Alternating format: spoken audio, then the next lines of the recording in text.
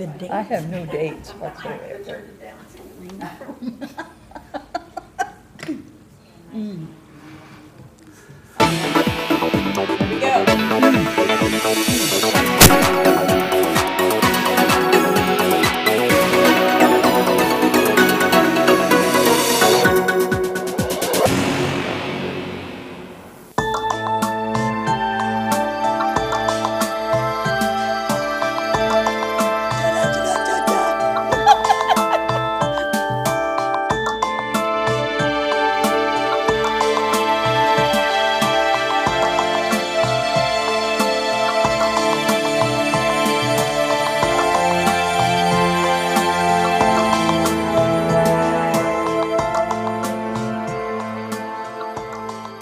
Good afternoon.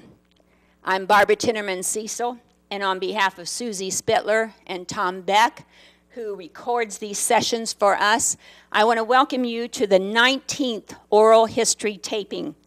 This spring series, we will talk about school personnel, and today is Tuesday, April the 9th, 2013, and we're going to hear about the Melton Union School bus drivers. Our first speaker is Kenny Kaufman, and I'll just turn it over to him. Kenny. Okay, I'm Kenny Kaufman, school bus driver, 1958 to 88, at 30 years. I went to Lee Hissong, he was the bus supervisor, see if I could get a job driving the bus. Lee said, yeah, we need drivers, and the school board hired me in September of 58. I drove 9 years. Then Lee Hissong had to quit his job as bus supervisor. Osborne superintendent called me in to his office and asked me if I would take the job of being bus supervisor.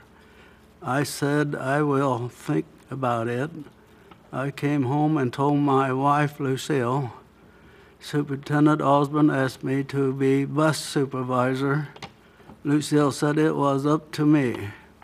I went to Osborne, the superintendent, told him I would take the job as bus supervisor. The school board hired me. I had 22 school buses to look after with the help of my wife, Lucille. Drove 27 years, 2 routes in the morning, had a kindergarten route at noon, 2 routes in the evening and afternoon. I had 2 routes, morning and afternoon. I drove school bus 30 years at Melton Union School. I was proud of all drivers. I trained 46 ladies and 9 men to drive school bus. Every year, state patrolmen came out to our farm to inspect the buses. If passed, they put a sticker on the side of the bus. Lucille always had cake, pie, or ice cream for the patrolman after inspection was done. In the winter months, I had to go and check the roads to see if the road's safe for school buses to run. If the road's bad, close school. This one morning it was icy on the roads, very slick. Dick Starner called me to see how the road was. Lucille said, well, Kenny's in the ditch down at the end of the lane. Well, I guess we better call school off, he said. So we closed for the day. I had to get a record to get my bus out of the ditch. So then here I got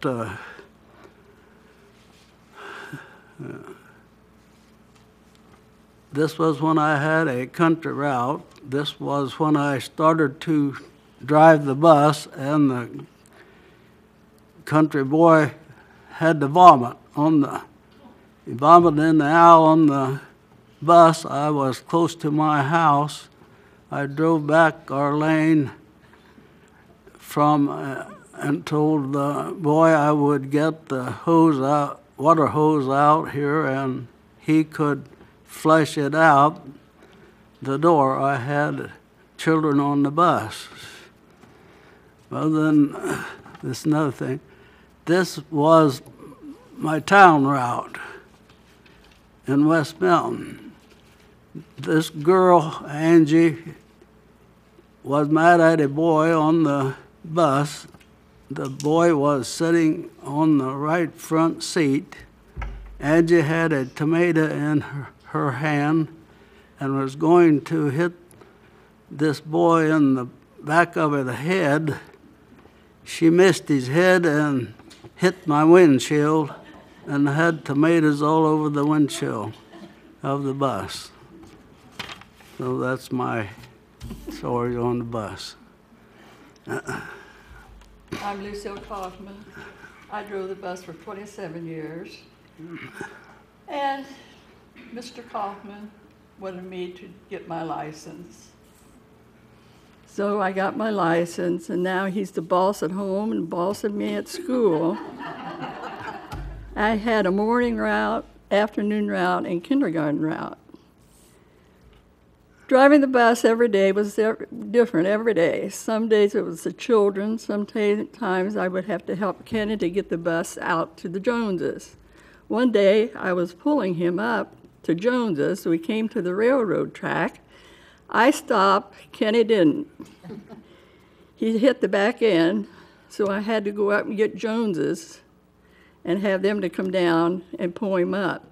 He said, "Why did you stop?" I said, "We're always supposed to stop at railroad tracks." A couple of things that happened on the bus. This was a high school route. This one boy was just mischievous. One afternoon, I left him off at his driveway, and he mooned me.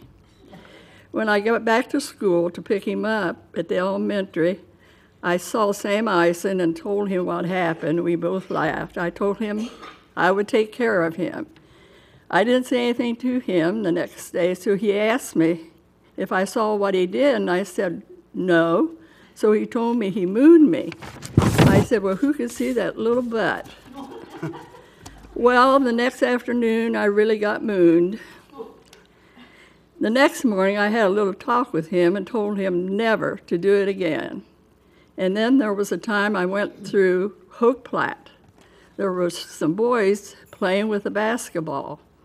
It was like like when I got up to where they were playing, I think they rolled that ball as I went past, and I ran over it. And you never heard such a big, loud bang. One person I will never forget, it was Sherry Hayworth. She was as a handicap, and they would bring her out and put her on the bus. When we got to school, I would get her and put her in a wheelchair. There was a smile on her face, and I think she could be a little mischievous. She was a very special person. My name is Bernadine Breidenbaugh. I've been driving for 33 years. Lucille and I were the two women that had started, and I had 3 routes: high school, kindergarten, and grade school, until they deleted that, and then I only had 2 routes. I enjoyed every bit of it. I missed the children. They were my one thing. Pay didn't mean anything. You could tell who was conquered at home and loved, the respect, and all the way around. The only thing I can remember through the orneriness of 2 boys in the back, and they were going, one of them had said something to the other one, and I just pulled over, put my 4-ways on, and walked back, and I was dodging their bang to each other. And I figured, well, I better get this stopped. I did not touch them. I did not curse to them. I made up my mind that was for the school authorities to do. And don't you know, to this day, the one, I think the other one had moved away, but the one is still around here. He comes in and we get to laughing how things went. And that's the way some of these children are. They respect you. If you don't go overboard and you treat them like they wanted to be treated, and also, to a certain extent, you can tell the ones that have been disciplined at home and talked to. Then I had a girl, she decided she was going to sit on, this was on high school, and that she was going to sit on this boy's lap. And before I left the high school, I said, I won't say her name, and I said, well, you just got something going in this bus. Well, she said, what do you mean? I said, well, tomorrow, boys on one side, girls on the other. I do not want to see anybody changing seats. So that went over, and clear to my end of my driving, that's how it went. So that's my thing of driving the bus, and I would love to go back, but the body is not with it. Pat Miller. My name is Pat Miller. I started driving a bus in 1973. I drove for 34 years. I drove elementary, high school, kindergarten, the Dayton regional route, and also the JBS route, sometime in there. The things that I can remember, I drove Laura and Potsdam elementary and high school route. And you know, Laura and Potsdam were rivals. So once I was on Ditmer Road, and I had my bus was completely full, packed. And I had this fight in the back of my bus. Two high school boys, and they was just going at it with legs and arms and everything flying.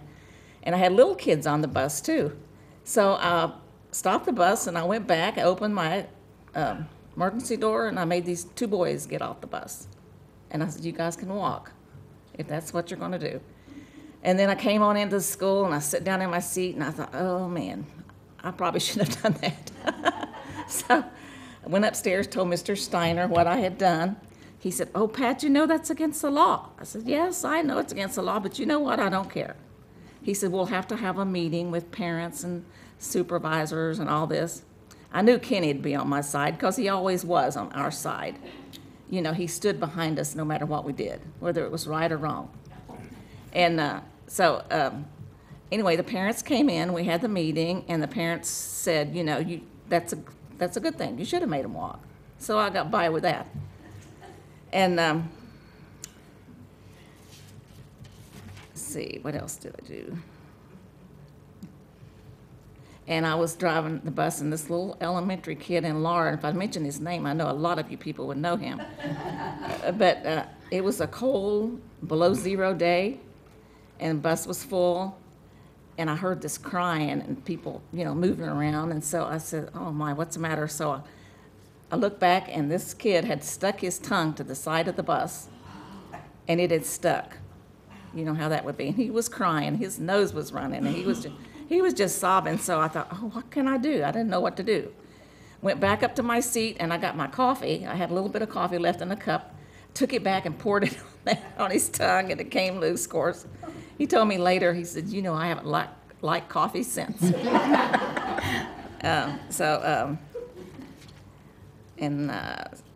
Then once I took a trip.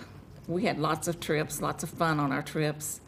And I took Sally and Margie Coate to Urbana College for a volleyball game. And no, it was basketball. It was really cold. And on the way back, I had an old bus. And on the way back, I could hardly see. And the lights started dimming on my bus, and it was like 11:30 at night. And so I came to 235 there on 36 and 235.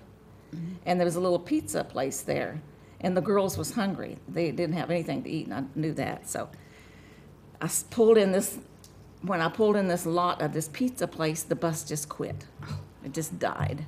And it was really cold outside, so I had no lights or anything. So this man came out, and he said, we just closed. And Sally said, ask him, you know, we asked him if he could, you know, we was just on our way home and our bus quit. He said, I will open the store and you guys come on in. We went in and they fixed us pizza.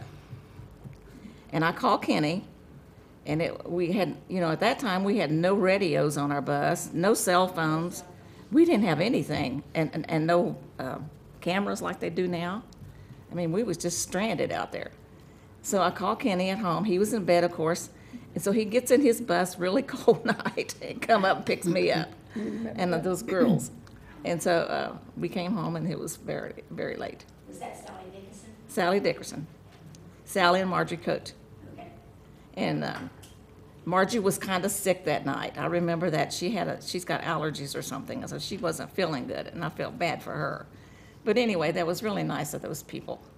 And it was like a little mom and pop thing. So when we left, of course, the girls had no money, so Sally and I gave them some money. So that's one of my trip things. Another trip thing I did, I went to Versailles, and we won the game, a football game. But the guys up there started throwing tomatoes at our buses. We had tomatoes everywhere. And so the fire department come and rinsed our buses off, and then we left and came on home. See, that's some of my things. I've got one other big thing to tell, but I'll just wait till Kenny starts that. But Kenny was a wonderful boss.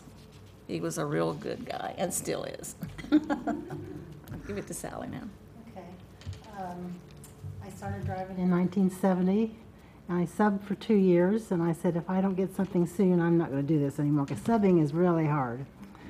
So anyway, I started with the town route for a while, and then Dolores Carnes retired, and I took her route out in Laura. And after a week of that, I said, if I can do this route, I can do any of them. So, and we all had a good time between routes. We'd go in early, some of us, and talk and joke around, and we had a really good time. We were all knew each other's kids and families, and had Christmas parties. And I think one other thing, we did a food stand. It was Opsy, but we did a food stand at the junior high wrestling tournament, and to raise money for scholarships. And I think the first scholarship was maybe $250 for a boy and a girl. And at the end, I think we raised it to $1,000. And it was Barb's kitchen, Barbara J. It's her kitchen. We had to follow her rules. She told us exactly what we had to do and not do. We had homemade chili, barbecue, chicken and noodles, hot dogs, pizza, pies, Rice Krispies. We had various things, but it was all homemade, most of it, and we had a good time. Lots of work, but lots of fun. I'll let somebody else tell the story of Bernadine and a ketchup, or we'll get back with that later. Anyway, one field trip I want to remember or will not forget is Judy Fetters and I went to Indianapolis Dome for a band trip. They were going to participate and then watch other teams too.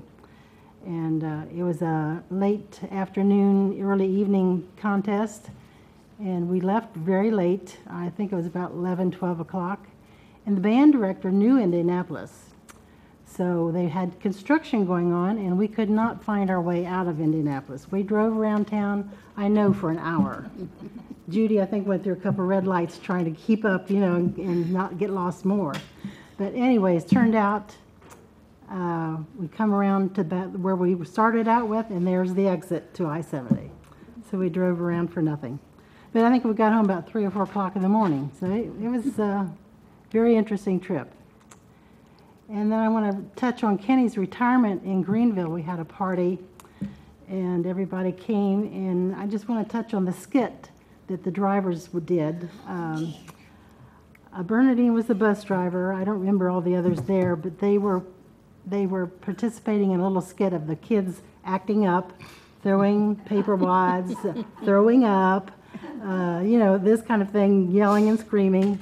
And they had a ball. They really did. They had a ball. It was funny. I have it on tape at home. I'm sure some of the others do too. And let's see, weather, I can remember when the bridge was out on 571, I had that area at the time, and we had to go over 55 and around. And at that time we had kindergarten on the high school route. And I was going up Frederick Hill from Eddings. Halfway up the hill, I had a kindergarten, had to get off the bus. He slid underneath the bus. Couldn't get up his driveway or hill to get to his house. And so one of my high school boys volunteered to go out, and he got him up that hill. So that was a little scary. And the same hill, I can remember coming down. It was a pretty nice day, except in the woods, it was icy. And as I started down, we started sliding. And I'm trying to gear it down, you know, and steer. And the kids thought it was fun. They really enjoyed it. But we made it okay. Let's see. I guess that's about all. I can remember when Kenny took me out to learn how to drive the bus. Had a 6 shift at that time, and he was taking me down on the County Line Road, and I was supposed to turn on Moat Road, and I was going a little bit too fast. And I was going around that corner, and Kenny was almost out of his seat. Afraid I was going to turn that bus over, I think, but anyway, we had some good experiences, and Kenny's always been a good foreman and always backed us, no matter what. I'll reiterate what Pat said. So, Evelyn, it's your turn. Hi, I'm Evelyn Bowman. I haven't driven near as long as this group up here, but I did start in '67 and drove for 14 years, and I really enjoyed my driving. The one story I was remembering, I liked Ed Lendensky was always there when we needed him. I had a girl that would not sit in her seat. She was always turned around to the back, and I tried to get her to turn around. Well, she wouldn't. So to make a long story short, she ended up going into Ed's office, and he called her parents. They were both at work. And he asked me if I wanted him to put her off the bus, and I said, no, I think that's what she wants to do. So I said I want her to ride in the front seat. Well, some of these kids did not want to ride in the front seat, but she did, and I don't know how long, but I'd say at least 2 weeks, and I let her go back, and she was fine. And I had another incident with a young man, I don't know how old, whether it was high school, I believe, in Laura, and he'd come out to the bus as I was pulling up and stopping, and he'd come right up to the bus when the doors opened out. So I had to, get him to stay back. So I told him and talked to him, and I guess there was nothing happened, but we got that taken care of. But several years later, I was at a ball game with my son, and this was quite a few years. I think he was out of school, and he come up to me, and he asked me, he said, do you know who I am? And I said, no, I did not know him, but he knew me. Mm-hmm. And he told me who he was, and he was that young man. Well, that always made me feel good, because I didn't want him to get mad or keep any animosity. But anyway, I think the worst experience, not bad, I was driving 571 East, and I was stopped. And there was a car, I didn't open my doors, and there was a car coming towards me. And it was driving very slow. And the man that was driving it just went out on the right side of the road, off of the road, and went right on around past the bus. So I guess I got his license number, or the cars that were stopped got it. But anyway, he had to go to court. And my husband and I went to court, and the judge was talking to him, and the man couldn't hear. And the judge said, I don't know whether you could hear a train whistle. So he took his license away from him right there. And the man had to call family, somebody else, to come in and pick him up. I felt really bad about it, but about 2 days later, I got a call from his family, and they thanked me because they had been trying to get him off the road for quite a while. So they were glad that he, did lose his license. So, but that was at the time, it was kind of depressing, but I'm glad I did it now. But I'm like everybody said, Kenny was always there. Dick Steiner was always there. Ed Lendensky, Charlie Tomlin were all there. Mm-hmm. And I think we all had a good group of drivers. We got together, and we still get together, which I think is wonderful. I wouldn't want to drive nowadays, not the way things are. But I enjoyed it. I really did. So I'll give Hilda. So you're all on, Hilda. I haven't got much to say. I'm Hilda Spitzler. Don't ask me how, when I started, but I think I stopped in '89. I'm not sure. I drove 22 years. And all I can tell you is what, pardon? My little books I got was home, and I got the days on there. I didn't hear him. He's got his book at home. He could look it up for you. Oh. And I can just tell you some of the things that happened to my bus. The back seat got slit, and there was a girl on high school, and she was going to get off of her bus, and she was sitting in the middle, and it took time for her to get down there. And this car come up behind me, and I could hear him revving his motor. And I thought, oh dear, what's he going to do? Well, he just kept revving his motor up, and pretty soon the girl got off of the bus, and she was in the front of the bus, ready to cross, and he gunned it. He come flying up by, and it scared me so bad. And I thought, well, I do, and I blowed the horn, and she jumped straight up in the air, and that's the only thing that saved her. And I did that to a little boy on 48 that he tried to go across and almost got hit. And let's see what else. Oh, I had a BB shot at my bus one time, and well, I don't know what else to tell you, because I can't really see anymore. So Nellie, take it over. Hi, I'm Nellie Besecker. I drove 25 years plus 4 years subbing, and I really enjoyed it to no end. And Kenny brought me my first bus over there to the house. I said, well, Kenny, how do we work the lift? He says, I don't know. It looked like an old milk truck. It wasn't a new bus or anything like that. And I went and picked up my one child, and I got there and I got the lift down. I told his dad, I said, I don't know how to do this. He said, well, he does. Said he'll back in there and fasten himself in. And he did. And from then on, it got easy. And then the route got longer. It started out, it was only supposed to be 45 minutes a day. And when I retired, it was almost 8 hours a day. But I was going every place, not just one school, but a lot of schools. And then I drove that Dayton route once. Kenny called and he said, I'm going to have to put you on this Dayton run. Well, I didn't know where this school was or where Children's was or anything. I get on this bus. I finally found it. But this one boy kept getting up and standing up and hollering, and I didn't know what was going on. So finally, I come back and I called Mary Winstead. I said, Mary, what was wrong? She said, you stayed too long at Children's. You have to be on a move certain time. I said, okay. So the next day, Kenny called and he said, you'll have to run that route again. And I said, He said, yes, you will. And I said, only if I can take somebody with me. I said, so we called Joanna Ovala, and she came and rode with me. We had a flashlight going down Inglewood hunting for this house that night, because you start out so early you can't see the house numbers. Finally, I saw a man standing down there, and he's going, I said, okay, that must be where we go. So we went down there, and sure enough, there he was. And he told us, he said, if you turn wrong, she'll go, ah. And we turned wrong once. But we got back on it. Did you drive the handicap? Yes, it was handicap. Okay. That's all they let me have. Okay. They gave me that big bus one time to drive it, and I run over the sidewalk with it.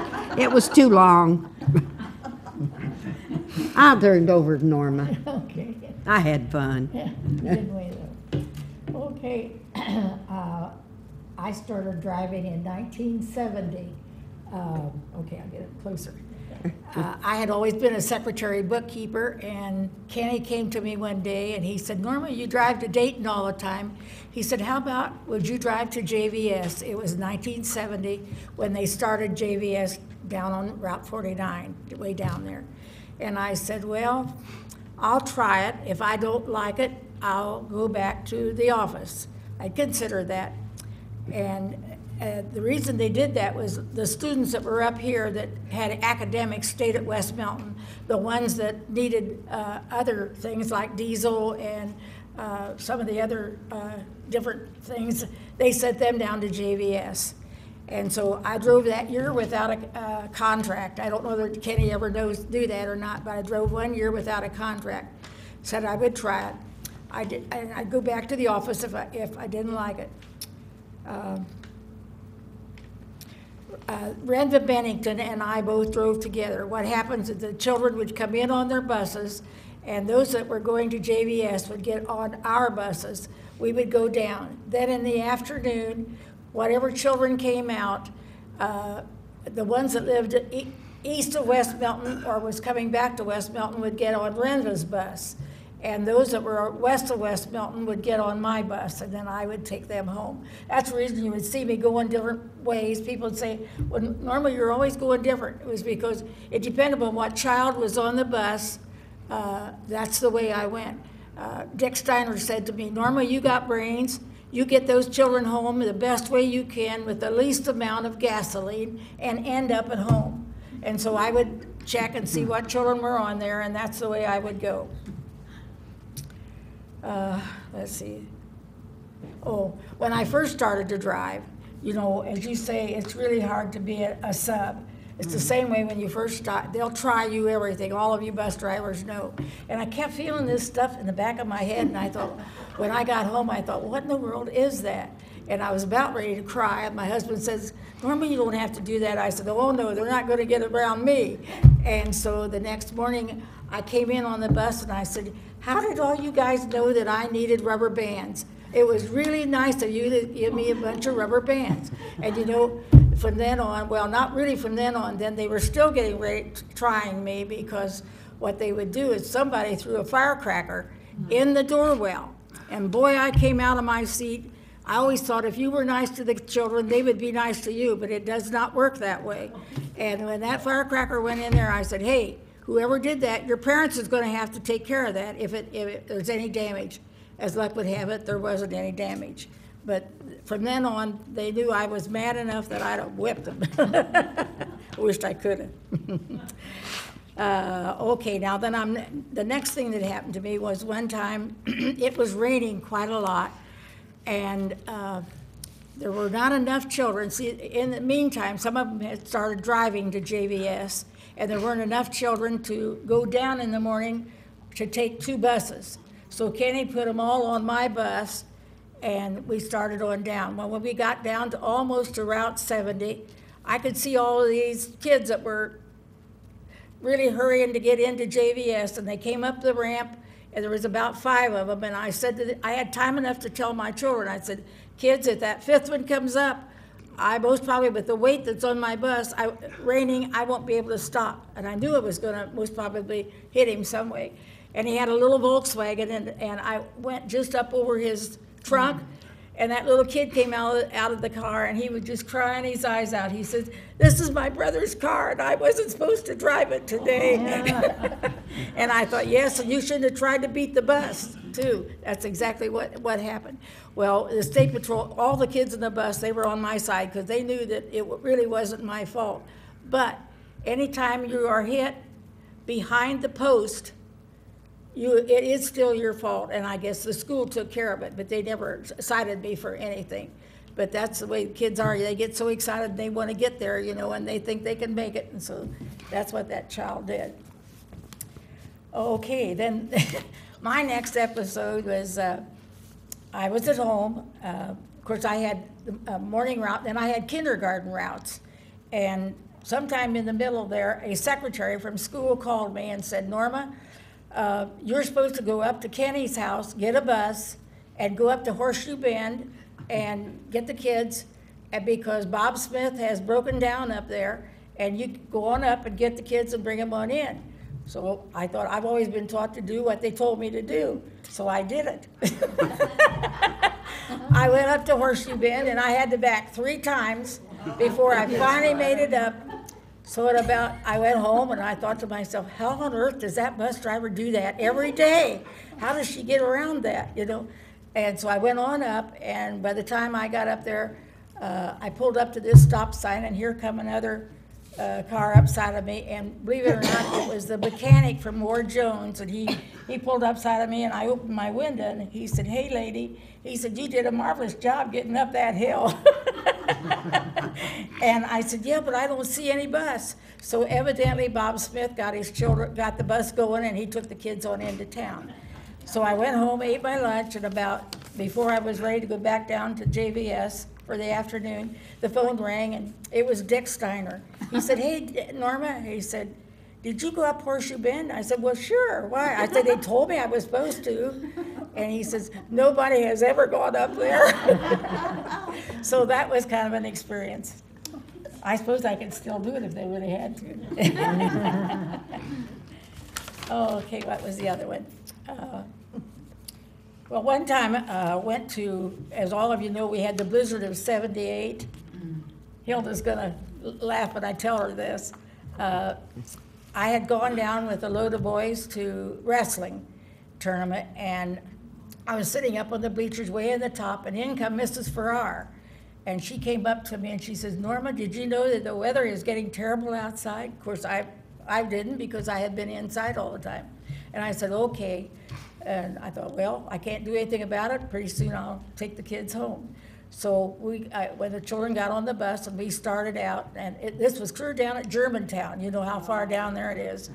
And I came around the corner, and I noted the very first place to stop.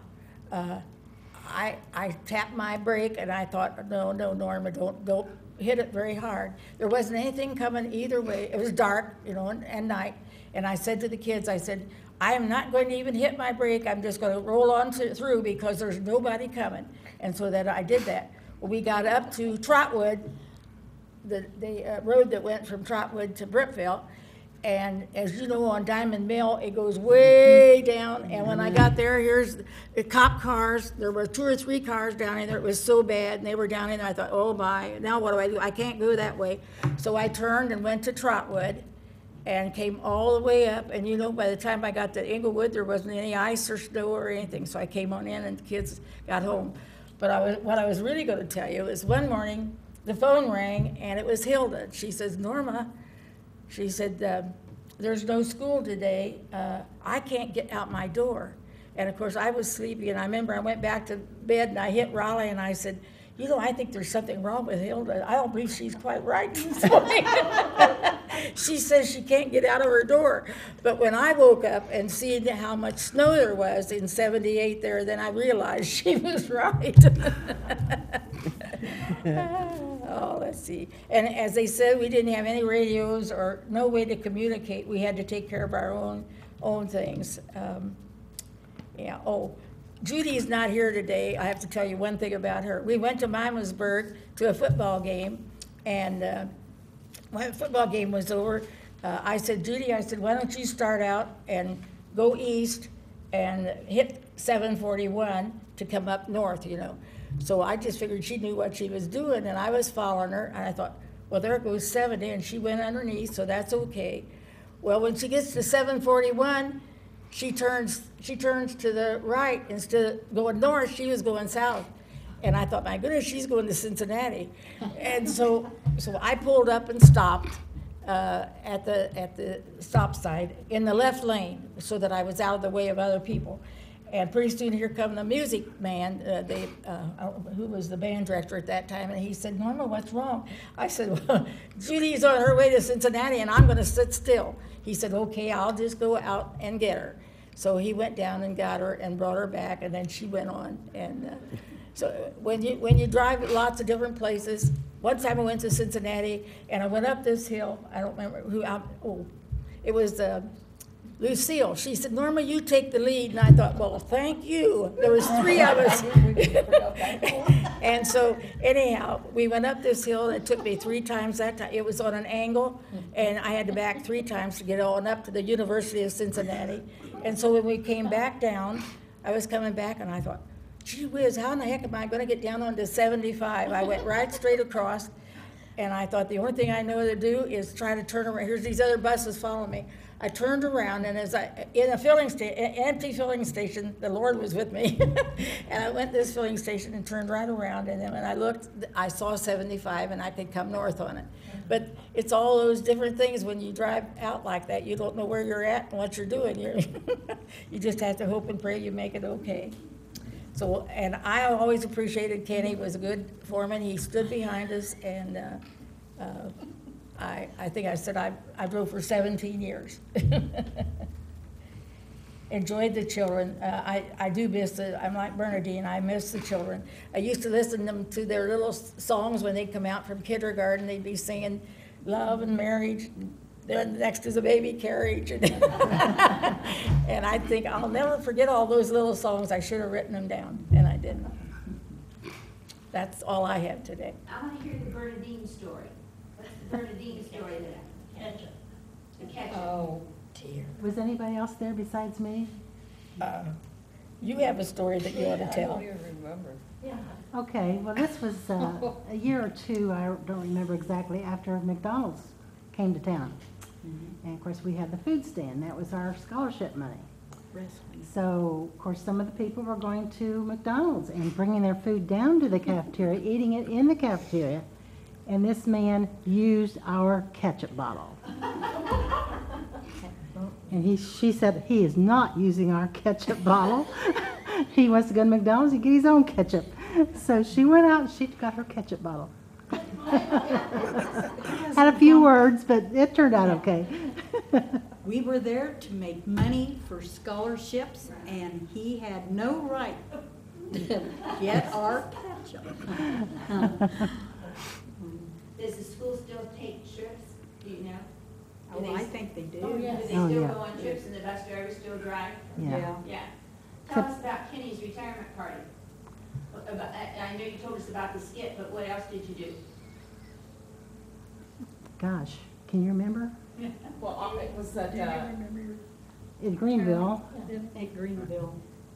all of his family was there. And it seems like we had a lot of people. And I remember at his party, I'll tell you a story that happened to me, and then at his party, Kenny requested I tell this story. Okay. So I'll start back a little bit. Okay. I drove elementary route, high school route in the morning. I had my high school route in the morning, so I came back home. As everybody knows, I live on Milton Potsdam Road at the east end of Potsdam. And so I come home usually, and I would Hey, go in and get a cup of Barb, coffee. shh. Come here. Kenny's got a picture of it. Hold on to it and you'll get a picture. When she gets done. I was driving, I don't know, I think this bus was a 70, it was an old bus. But it was in September of 79. And I was slowly applied my brakes, and I was gonna turn and go in my driveway. And just as I did, I felt like an airplane had hit me. The whole rear end of that bus fell. I mean, there was parts going everywhere. I had no kids on, and there was no kids on the road, so that was a good thing. And so I thought, oh my, what do I do? Anyway, I was sitting in my bus in the front. Of course, the back end was on the ground, and what had happened, the axle had come loose. The rear axle came loose, and it rolled down Wright Road, and then it was twisting underneath my bus before it got away. But Your field trip before.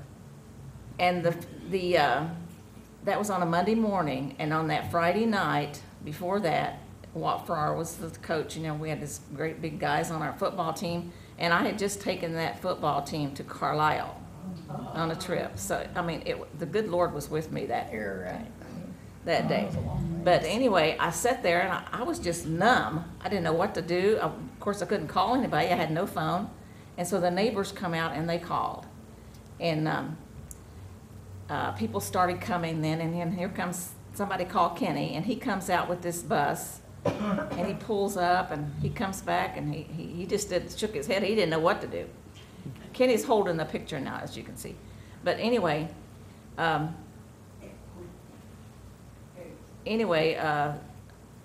Kenny come over to me, and I was ready to go in. I thought, I am not driving this bus anymore.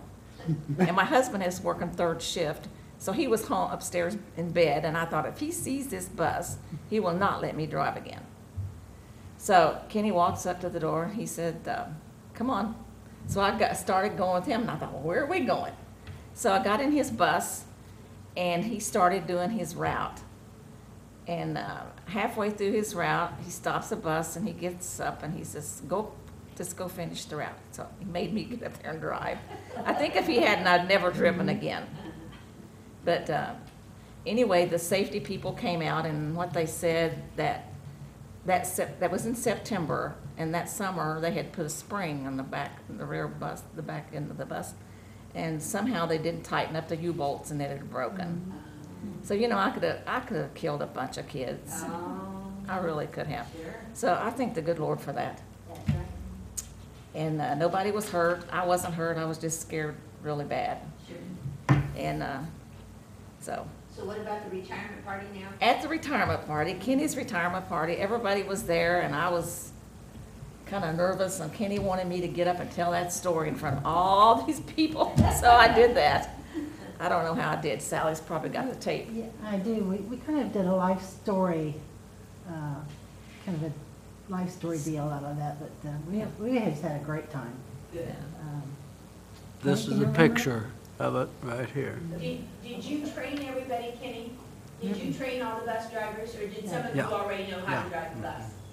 Yeah, I trained all of them. Yeah. I know he took me out 3 times, and he said, okay, now let's go get your test. I said, Kenny, I've only drove 3 times. He said, let's go. I had 3 different bus foremen. Okay. Lee Hissong, and then, like I said before, Kenny, and then John Kress. But Lee Hissong, of course, I had already known from the farm, but I started with the stick shift buses, and I was glad to see an automatic. Sure. But we still have some on the farm, so there you go. I mean, you know. Sure. When Bernadine started driving, I can remember, I said, you are out of your mind. You know, you can't take care of all those kids. You're too nervous for that. And of course, 5 years later, then I started driving too. And she said, you're out of your mind. I was real happy when I retired to get Dave Stein, who took over my route. And he had a good bunch of children. In fact, Susie Spittler, I had both of her boys. From kindergarten all the way through till All he the- graduated. yes, you were the sir. bus driver. Yeah.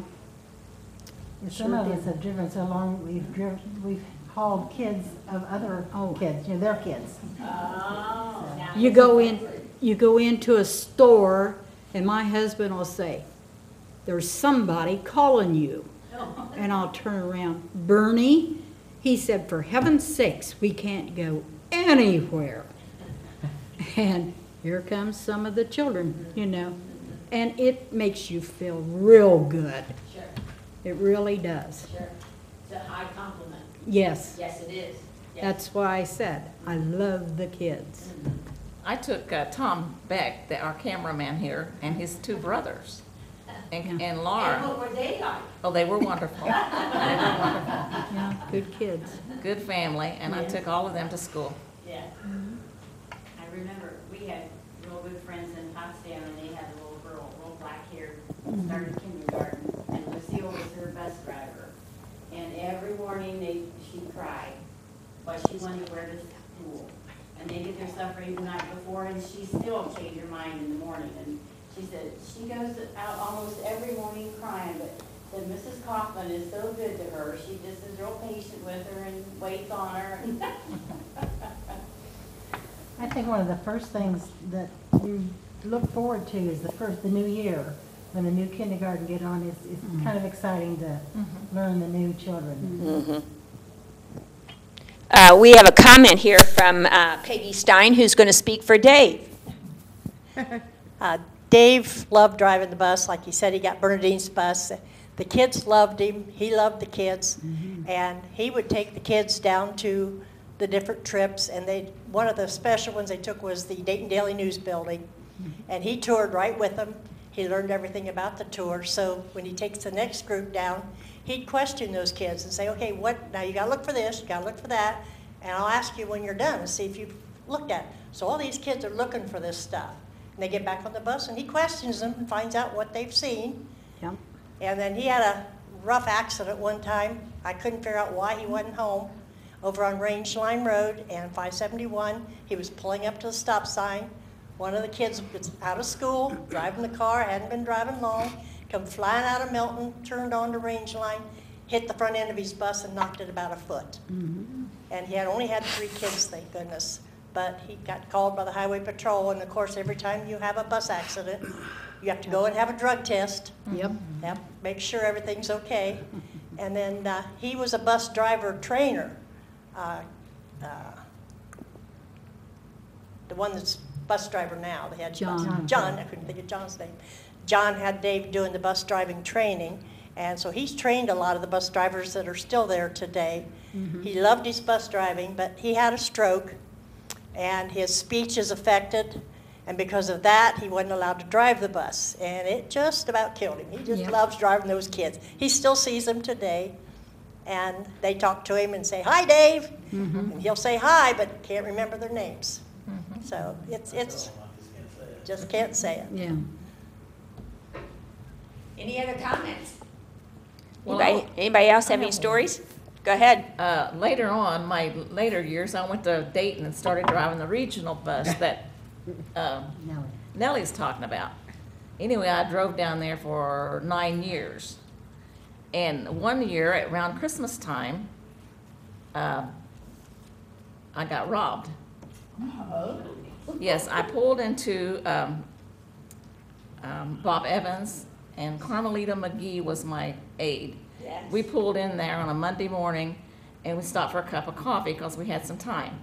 And I parked the bus in the back of the building, and when we came back out, I got on the bus first, and I was coming up the steps, and she was behind me, and all of a sudden, this guy from the back jumps up with a hoodie on, something across his face, and he had a gun and a knife.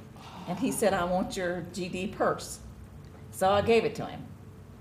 And then he wanted hers. And she started screaming. She was just screaming. She was scared to death. She was coming up the stairwell. And he says, "I will, shoot you."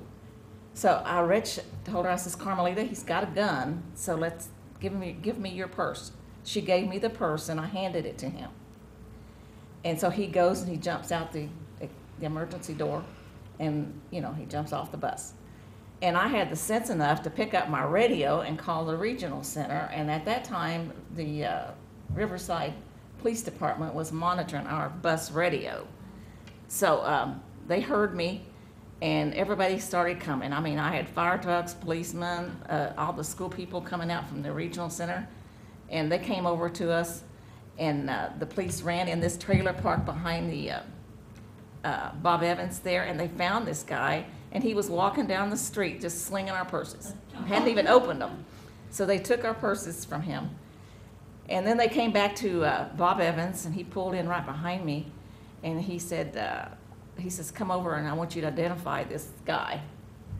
And I was so angry with him. And so we got off the bus, and I identified him. That it was him, and they had our purses, and they were all intact.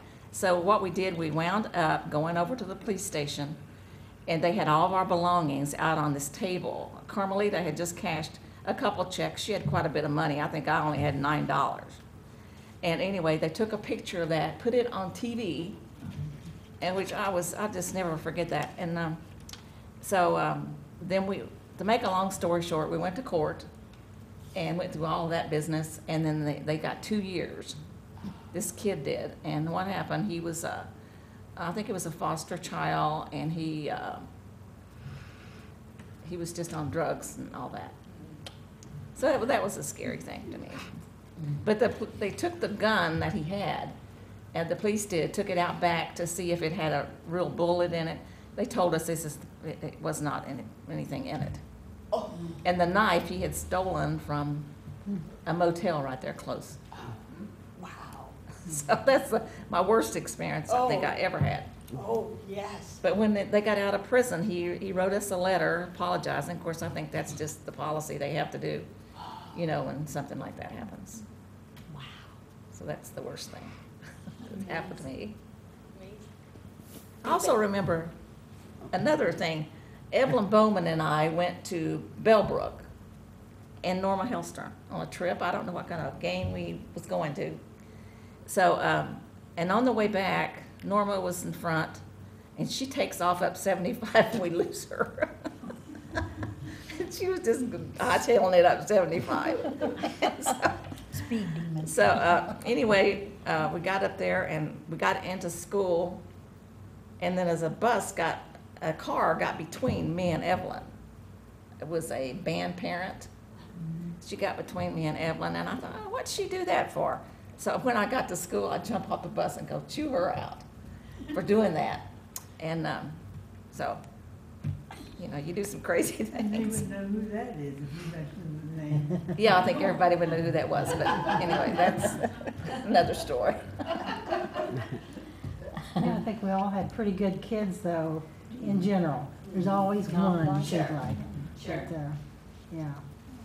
Then I had a girl that hyperventilated on the bus once. I don't know where I was going. I think I was down in South Dayton somewhere. And then I had sense enough to get a brown bag and let her breathe in it. So that was different. I was the first bus to get the radios in.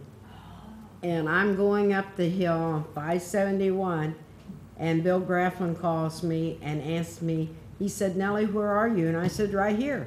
I was dead serious. Now, I was right there, but I didn't. He said, no, what is your location? And I said, oh, I'm going up the hill. They was trying to see how far out that radio would carry. Okay. So, but And now they all have them. they all have them, but I thought so. they put it on my bus first, Sure, and so, sure. And that's good. Yeah, That is good. that Do you is- have GPSs? Do they have GPSs or not? No, No. I don't think Okay. so. TV cameras, that's good too. That's good too. Yeah, we drove back in the old days. You rely on yourself. Yeah. We took care of our own problems. Yes. Yes. But we Yeah. had good principals, too. I mean, Yes. they stood behind us. Yes, that's good. And on the JVS route, I remember several times Mr. Lindinsky coming in and riding with me and going back and talking to the kids. He was a good guy. Yes, he was. Yes, he was. I agree.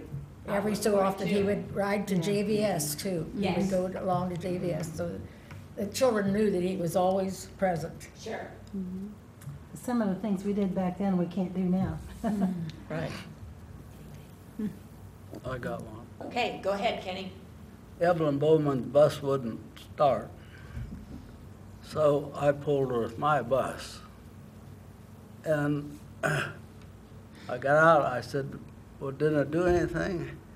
She said, no. I said, did you put it in gear? It's gear shift. You have to put gear shift in gear and then let out on a clutch that turns the engine over, would start it. Well, she didn't know that. So I could have pulled her all the way around West Milton and Kenny forgot, I So- was just so a anyhow, city girl. that's- I wouldn't know that either, so. I can remember another time when I took I think it was a wrestling team, or I think it was a wrestling team. Anyway, they won, and they came back to the little pizza place on Front Street there at the corner. And it was very, very cold. And I got there okay and went to go start it to warm it up, and it would start.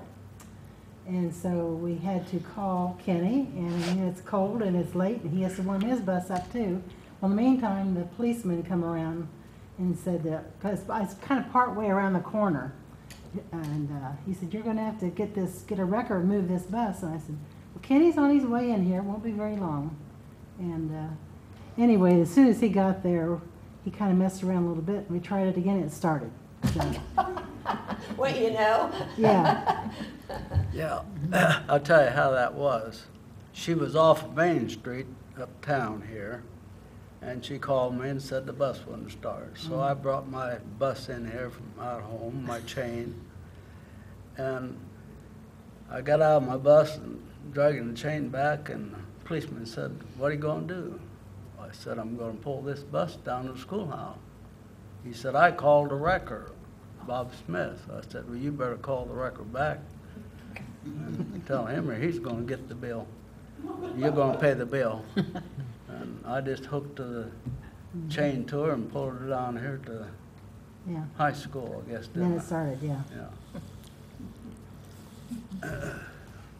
I often think about, I don't know how many of you know, I mean, out here, Annie Brunsfeld.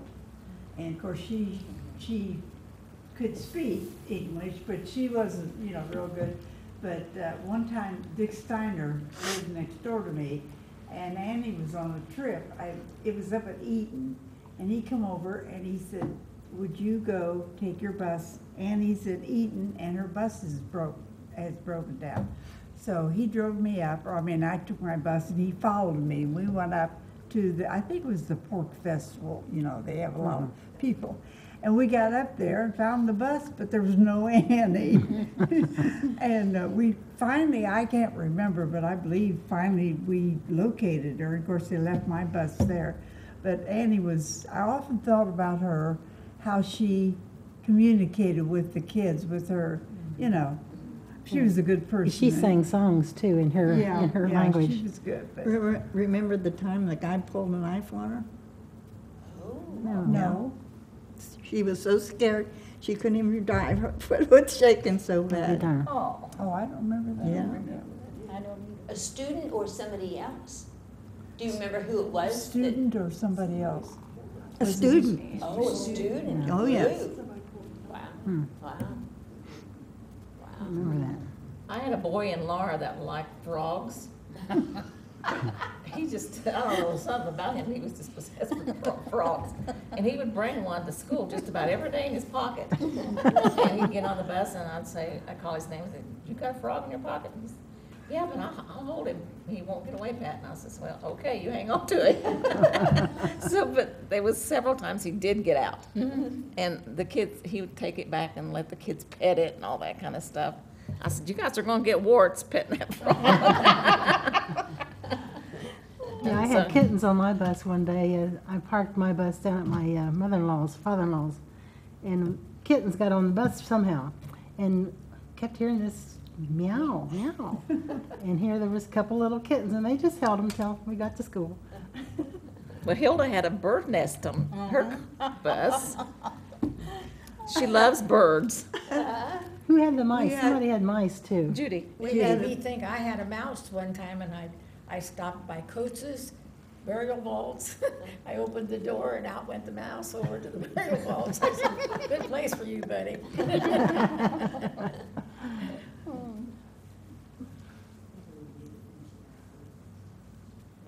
Did you finish about the bird nest? No, you didn't get We had a brown thrush built out in the pile that Merle was going to burn, and he started the fire in the pile of Durbus, and he saw the birds, the nest of birds in there, so he reached in and grabbed them out real quick, and there was 2 of them.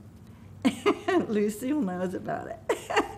And I took one of them and I took baby food and fed it, and I didn't know what I was going to do because driving the bus, you know, the birds needed about every 2 hours. Right. So I put the bird nest in the, what do you call it? Glove box? Yeah. And between runs, I would feed the bird. Talking about scary things. I was coming out Moat Road, and this lady never stopped for the, what road is that? Baker? No. Garland? There before you get to Moat, Kenny. Jay. And she never stopped there. She always come flying down the road. And she hit the back of my bus. I had pulled out. And that's a bad place because you can't see over the cemetery. And she hit the back of my bus and knocked it clear over to the side. I was almost over to the side. And we had to go to court. And Kenny and Lucille went with me. Thank God for Kenny. He's a great guy. And I was telling you, when the judge got me up there and was talking to me, I was shaking so bad, my butt was shaking. That's the truth. Can you do it today? Do what? Can you shake today? You real? Can you shake today? Not like that. I remember the time that Lucille and I went to Tip City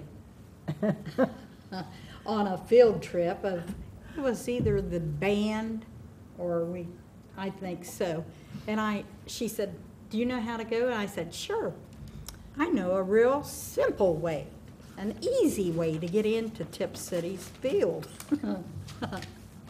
Well, I turned and I looked back. Lucille was with me, and boy, the cars behind. Here I turned in a different area. Don't you remember? No. And that was the biggest laugh. And those cars was all behind us, and they were having a fit. He was following us. Yeah, they were following us. They were so close to the bus that you couldn't even back it.